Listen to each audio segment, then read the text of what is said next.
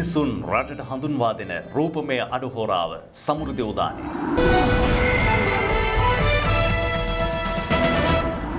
ආයුබෝවන් සුබ සන්ධ්‍යාවක් ඔබට.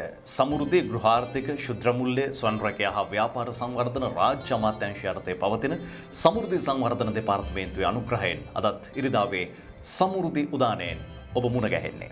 සෞභාග්‍ය දැක්ම ප්‍රතිපත්ති ප්‍රකාශය යටතේ ජනතා කේන්ද්‍රීය ආර්ථිකයක් සඳහා රජයේ විවිධ වැඩසටහන් ක්‍රියාවට නංවා තිබෙනවා.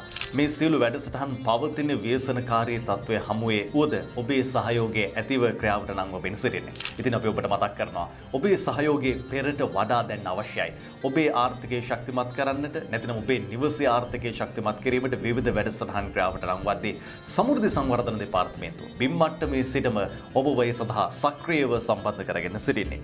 කොරෝනා වසංගත තත්ත්වයේ හමුවේ පීඩාවට පත්ව සිටින දෛනික රැකියාවන්හි නියුතු එවැගේම අඩු ආදායම්ලාභී ජනතාව වෙනුවෙන් සිවන වතාවටත් රජය රුපියල් 5000 දීමනාව ලබා දීමේ කටයුතු දැන් සිදු කරනවා. මේ යටතේ ලංකාව පුරාම පවුල් ඒකක ලක්ෂ 60කට ආසන්න පිරිසක් සඳහා මේ රුපියල් 5000 දීමනාව ලබා දීම රජය විසින් සිදු කරමින් පවතින්නේ. මේ පිළිබඳව අද අපි වැඩසටහන් පෙළගැස්මේදී වැඩි වශයෙන් කතා කරන්න බලාපොරොත්තු වෙනවා. ගරු විශේෂ භාර අමාත්‍යතුමන් මේ පිළිබඳව දක්වන අදහස් ඒ වගේම මේ වැඩසටහන් ක්‍රියාත්මක කිරීමේ වැඩපිළිවෙල පිළිබඳව අධ්‍යක්ෂ ජනරාල්තුමාගේ අදහස් ඔබට කියන්නට සූදානම්. ප්‍රතිලාභින්ගේ ප්‍රතිචාර ඒ වගේම විවිධ පළාත්වල බෙදා හැරීමේ කටයුතු සිදු වූ ආකාරය පිළිබඳවත් ඔබට රූපරාමෝසේ තොරතුරු කියන්නට අප බලාපොරොත්තු වෙනවා. ඒ වගේම සමෘද්ධි උදානයෙන් අපේ දිරියේ මිනිසුන්ගේ අත්දැකීම් ඔබට සමීප කරනවා. ඒ යටතේ හැලඹ වැව ලීලසේන ප්‍රේමවති යුවලගේ දිරියේ කතාව අද ඔබට කියනවා. ඉතින් රැඳෙන්න මේ අඩුහොරාවකට ආසන්න කාලය සමෘද්ධි උදානයත් එක්ක.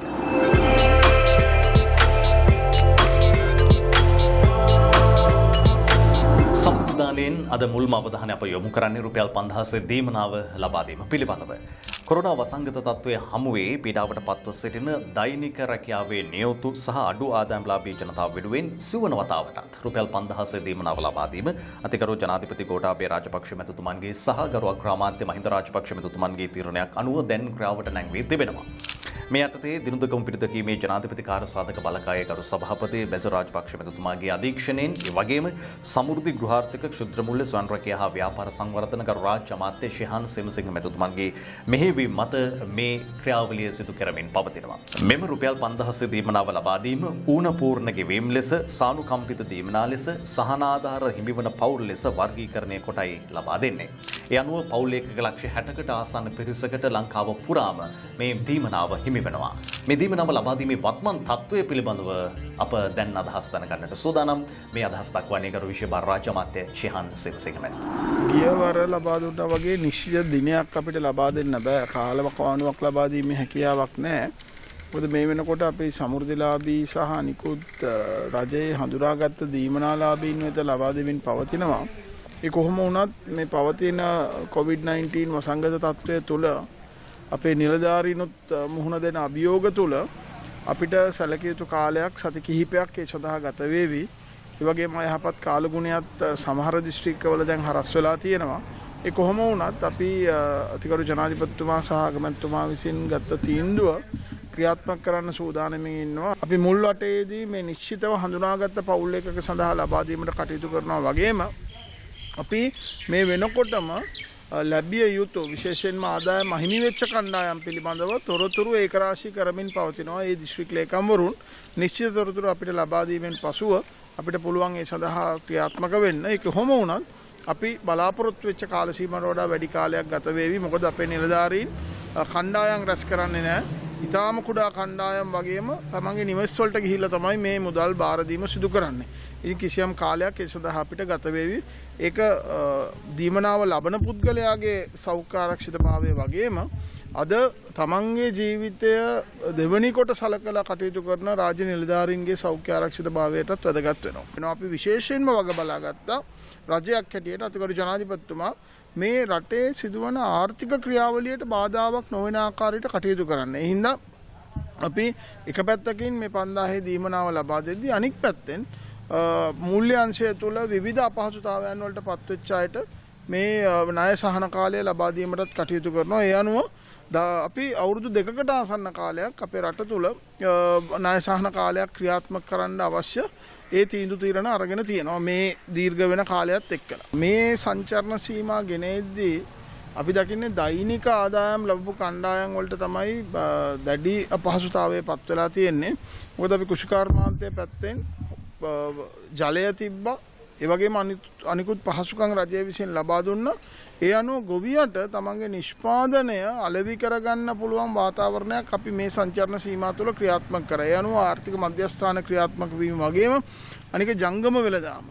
ජංගම වෙළඳාම විශේෂයෙන්ම නගර ආශ්‍රිත ප්‍රදේශවල කිසිදු බාධාවකින් තොරව ක්‍රියාත්මක වෙන්න කටයුතු කරා වගේම ගමේ ජනතාවටත් නගරේ ජනතාවටත් අපහසුතාවයට පත් නොවෙන්න අත්‍යවශ්‍ය භාණ්ඩ සපයා ගැනීම සඳහා අවශ්‍ය ක්‍රමවත් වැඩපිළිවෙල අපි ක්‍රියාත්මක කරා. එයින් දෙක පැත්තකින් සංචරණ සීමා ක්‍රියාත්මක වෙනවා.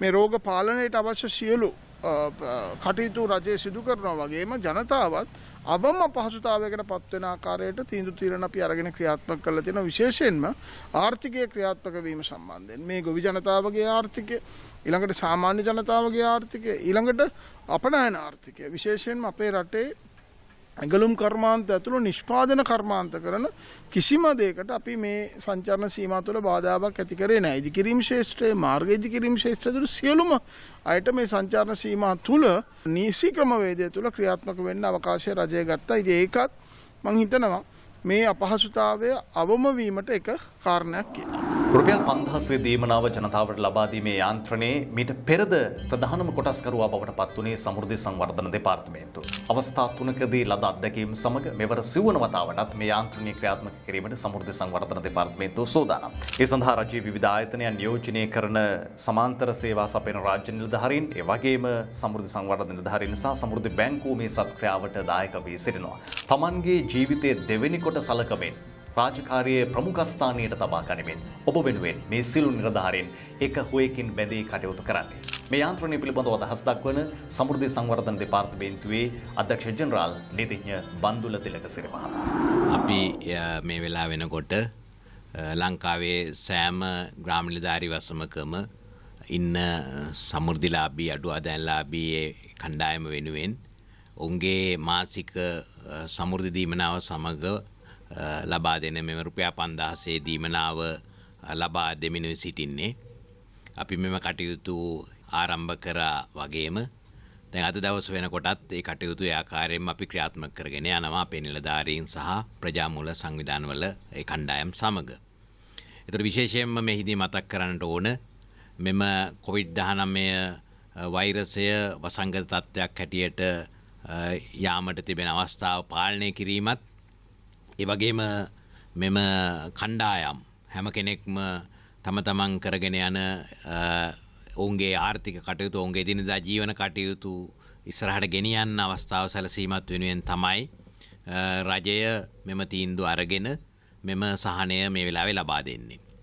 ඒතර ඒ යටතේ අපිට විශේෂයෙන් පැවරලා තියෙන වගකීම තමයි මේ සමෘද්ධිලාභී කණ්ඩායම වෙනුවෙන් මෙම ප්‍රතිලාභය පළමුවෙන්ම ලබා දෙන එක.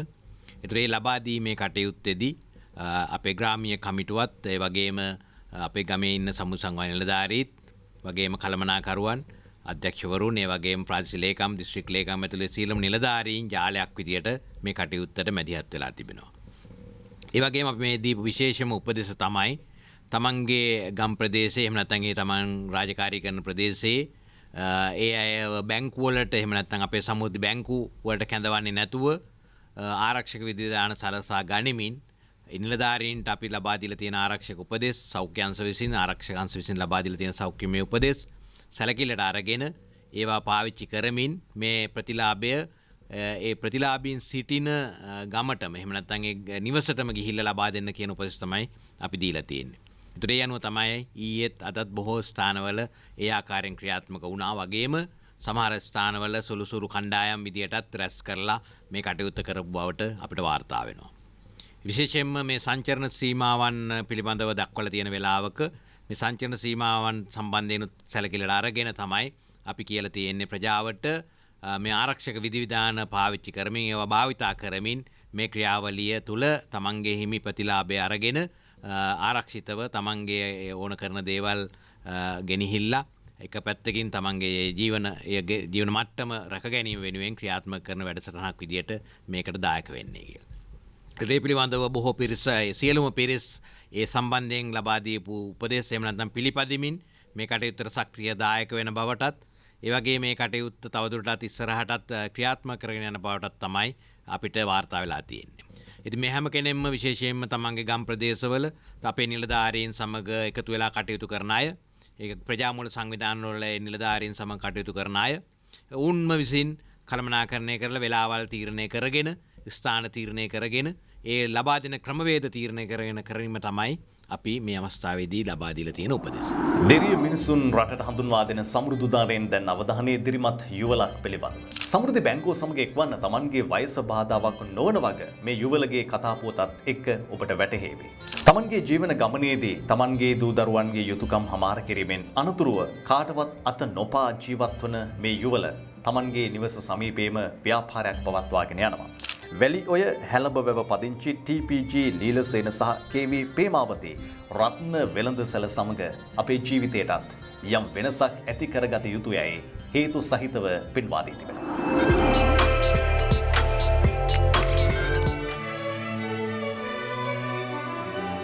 අංක 42 වැලි ඔය හැලඹවැව පදිංචි TPG ලීලසේන සහ KV පේමාවතී වියපත් යුවලක්.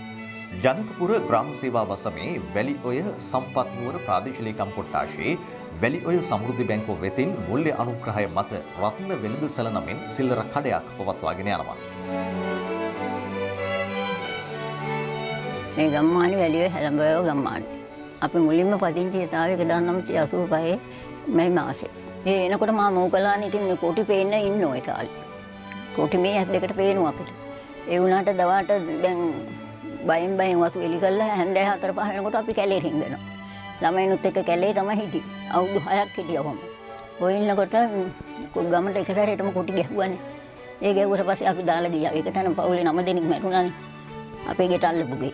ඒවත් ආයෙත් බය අපි ළමයි තියගෙන අපි ගියා. ඒ ගිහිල්ලා තමයි නැවතව දින්චියට අපි ආවේ. අපිට ඉඩම් අක්කර දෙකමාරයි ලැබිලා තියෙන්නේ. ගොඩ අක්කර භාගයයි, කුඹුරු අක්කරයයි, කුසි අක්කරයයි. ඒවා වගා කරගෙන තමයි හිටියේ. ඉතින් දැන්වත් ඒ අකුඹුරු ඉඩමයි ගොඩ ඉඩමයි කුසියක් කරලා වගා කරනවා. ඒ අතරතුරේ තමයි මේ ව්‍යාපාරය කරගෙන යන්නේ. නැත්නම් ඒ දවස්වල නම් බොහෝම කරදර. කන්න නැහැ, බොන්න නැහැ, වතුර නැහැ. මහවැලියෙන් වතුර ගෙනත් දුන්නේ. ළමයින්ට ඉස්කෝලේ යන සපහසුකම් තිබ්බේ නැහැ. ටැටරෙන් තමයි ළමයි ඉස්කෝලේ අරන් ගියේ. එහෙම බොහෝම දුකක් විඳපු කාලයක් තමයි මේ කාලේ ගෙව්ව අවුරුදු 6. දැන් නම් ඉතින් එහෙම කරදරයක් නැහැ. දැන් පාරවල් හැදිලා තියෙනවා. බය නැතුව යන්න එන්න පුළුවන්. ඒ අතරතුරේ තමයි අපිට මේ සමුදිය හරහා අපිට සමුදියක් නැහැ. නමුත් සමුදි මහත්තයලාගේ හොඳකම් කල්පනාකරතුමාගේ හොඳකම් හින්දා අපිට සමුදි සහනයක් ලබා දුන්නා. ලයිට් ගන්න. ඒ කාලේ ලයිට් තිබෙන්නේ නැහැ. ලයිට් ගන්න රුපියල් 10000ක මුදල දුන්නා. 16000. ඒ අතරතුරේ තමයි අපිට සමුදි ණයක් දුන්නා. ඒ රුපියල් 10000න් අපි සෑහෙන වැඩ කොටසක් කරගෙන ඉදිරියට ගියා. ඊට පස්සේ අපි කුකුළු හැදුවා. පාම් එකක් දැම්මා. රුපියල් 75000ක ණය මුදලක් හම්බුණා. අපි ඒකෙන් ලක්ෂ 3මාරක් පෙරගත්තා. ඒ අතරතුරේ අයිමත් එහෙම ඉන්න අවස්ථාවේ අපි දෙන්නාට කරගෙන දෙයක් නැහැ. ඒකෙන් අපි පොඩි කඩයක් දැම්මා. ඒ දාලා ඒකෙන් එහෙම ඉන්න අවස්ථාවේ තමයි අනිත් ජයවික්‍රම මහත්තයා තමයි එතකොට සමුදි මහත්තයා. ඒ මහත්තයා අපට ලක්ෂ 2මාරක ණය මුදලක් අරන් දුන්නා. ඒක ගෙවාගෙන යන අතරතුරේ අපි අයි මේ කඩේ දිනුව සඳහා ණයක් අරන් දෙන්න කිව්වම අපිට ලක්ෂ 5ක ණයක් අරන් දුන්නා. ඒ ණය මුදලින් තමයි අපි දැන් මේ තත්ත්වයට ඇවිත් තියෙන්නේ.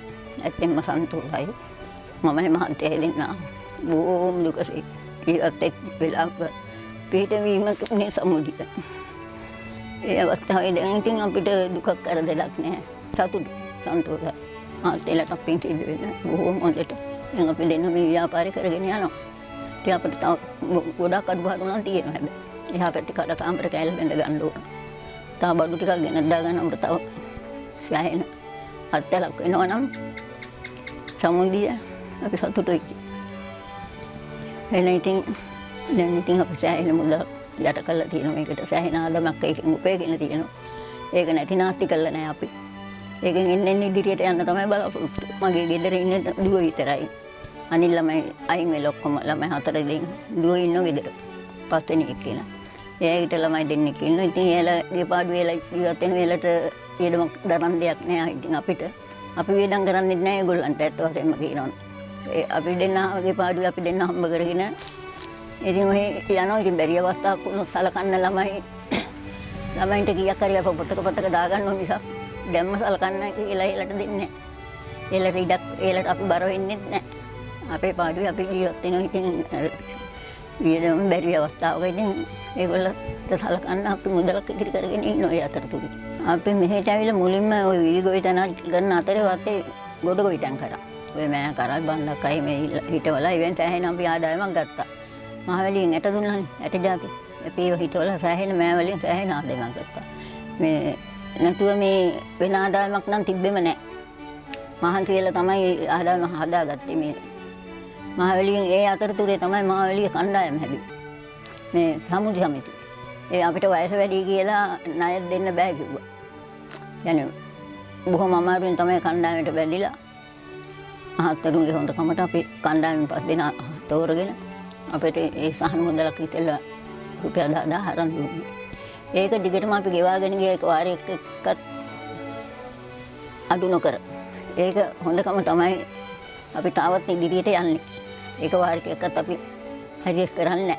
අපට වෙන කිසිම බැංකුවකින් මෙහෙම සහනයක් ණයක් මුදලක් ලැබුණේ නැහැ. අපේ වයසත් එක වයස 60 පැනලා කියලා අපිට කිසිම බැංකුවකින් ණයක්වත් ආධාරයක්වත් මෙලවම දෙයක් ලැබිලා නැහැ.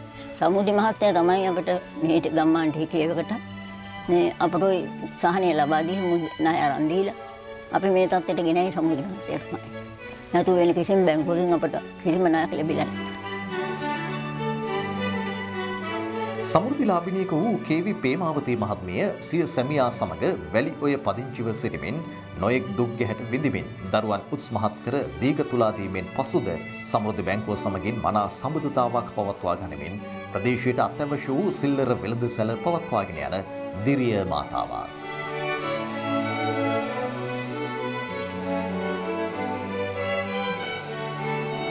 සමෘද්ධි සංවර්ධන දෙපාර්තමේන්තුවේ විවිධ තොරතුරු ඔබ වෙත ගෙනෙන සමෘද්ධි පුවත්.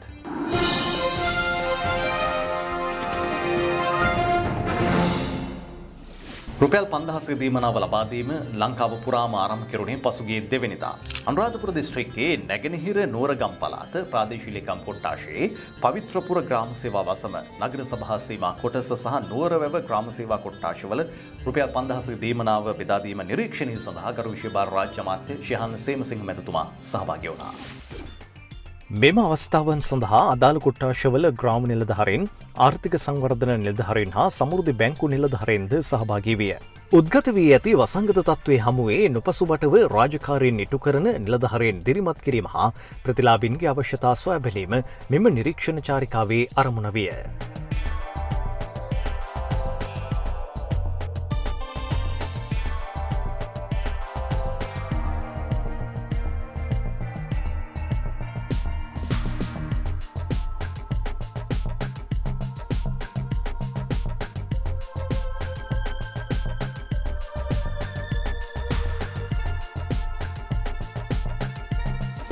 දෙවෙනි පුරාම රුපියල් 5000 දීමනාව බෙදා දීමේ දර්ශන සහ රුපියල් 5000 දීමනාව Tamante හිමිවීම පිළිබඳව දැක්වූ ජනතා ප්‍රතිචාර සමෘද්ධි ප්‍රාදේශීය සංවේදකයන් වාර්තා කළා. එම දර්ශන වෙතයි අප දැන් යමු වන්නේ.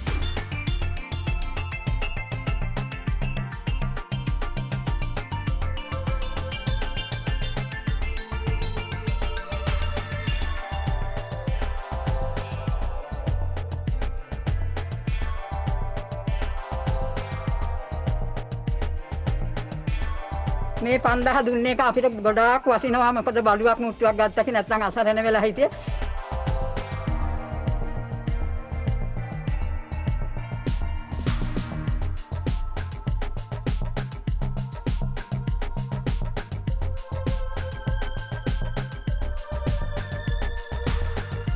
ඇත්තටම මේ ගම් වල ඉන්න මිනිස්සු හරියට අසරණ වෙලා ඉන්නේ. ඒ අයට දෙන මේ රුපියල් 5000ට ගොඩාක් පිං. ඇත්තටම ගොඩාක් හොඳයි. ගොඩාක් නැති බැරි මිනිස්සුන්ට තමයි මේක දීලා තියෙන්නේ. මේක ගොඩක් වටිනවා.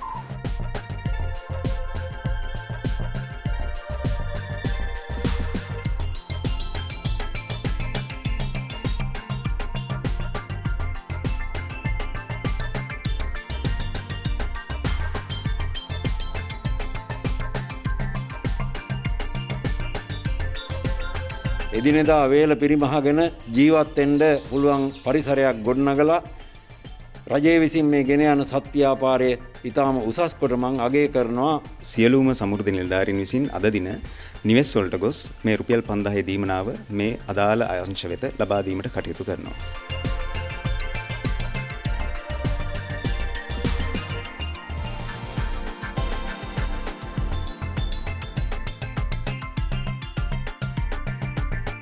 ජීවත් වෙන ක්‍රමයක් නෑ නේ අපිට. ඉතින් අපි ගාන ඉතිසන් කියන්නේ ධනාධිකාර මේ කරන සත්කාරේ. මම මේකට සාකච්ඡා මේ වෙලාවෙදි ලොකු දෙයක් මේ රුපියල් 5000 දීම ඉතින් අපේ අඩුපාඩු ගොඩක් තියෙනවා. ඒවා ඉතින් ගන්න ඕන ඉතින් මේ අවස්ථාවේ රැකියාවකුත් නෑ. ආර්ථික තත්ත්වයෙන් බොහොම අමාරු තත්ත්වයක ඉන්නේ. ඒ නිසා මේ ජනාධිපතිතුමාටත් එම කාර්ය මණ්ඩලයටත් අපි ස්තුති පුදවනවා.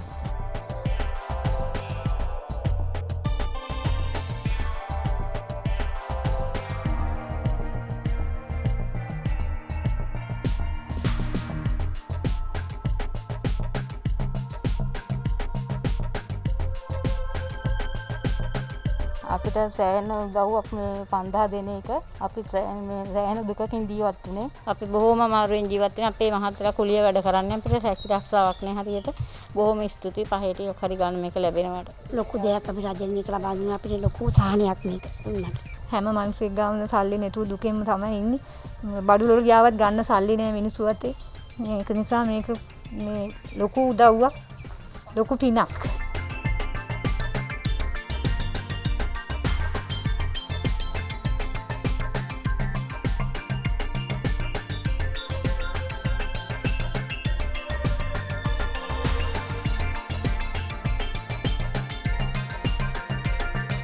රජය මගින් දෙන මේ රුපියල් 5000 මුදල අපිට වැඩක් නැතුව ඉන්නේ.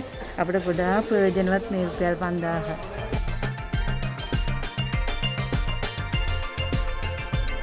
මේ ගෙවියන්නේ ජීවිතයේ බොහොම තීරණාත්මක කාල පරිච්ඡේදයක්. අපගේ කැපවීම, අපගේ ඇවතුම් පැවතුම් ඔබේ ජීවිතයේ වගේම ඔබේ හිතයිශීන්ගේ ජීවිතයේ පැවැත්ම තීරණය කරනවා.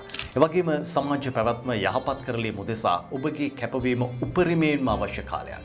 යම් යම් සීමාවන් වලට අනුගත වෙමින් අප කටයුතු කළ යුත්තේ ඉක්මනින්ම අපේ ජීවන වෘත්තය, ජීවන ගමන් මඟ යලි පෙර තිබුණු තත්වයට පත් කර ගැනීම උදෙසායි. ඔබ දන්නවා සිව්වන වතාවටත් රජය විසින් රුපියල් 5000 දීමනාව ලබා දීමේ කටයුතු සිදු කරන වග මේ රුපියල් 5000 දීමනාව ලබා දීමේ ක්‍රියාවලියේදී කිහිප දෙනෙකුගේම සමෘද්ධි නිලධාරීන් සහ මේ වෙනුවෙන් කටයුතු කරපු නිලධාරීන්ගේ ජීවිත අහිමි වුණා. ඒ වගේම ඔවුන් කොවිඩ් ව්‍යසනකාරී තත්ත්වයට ගොදුරු වුණු රෝගීන් බවටත් පත් වුණා.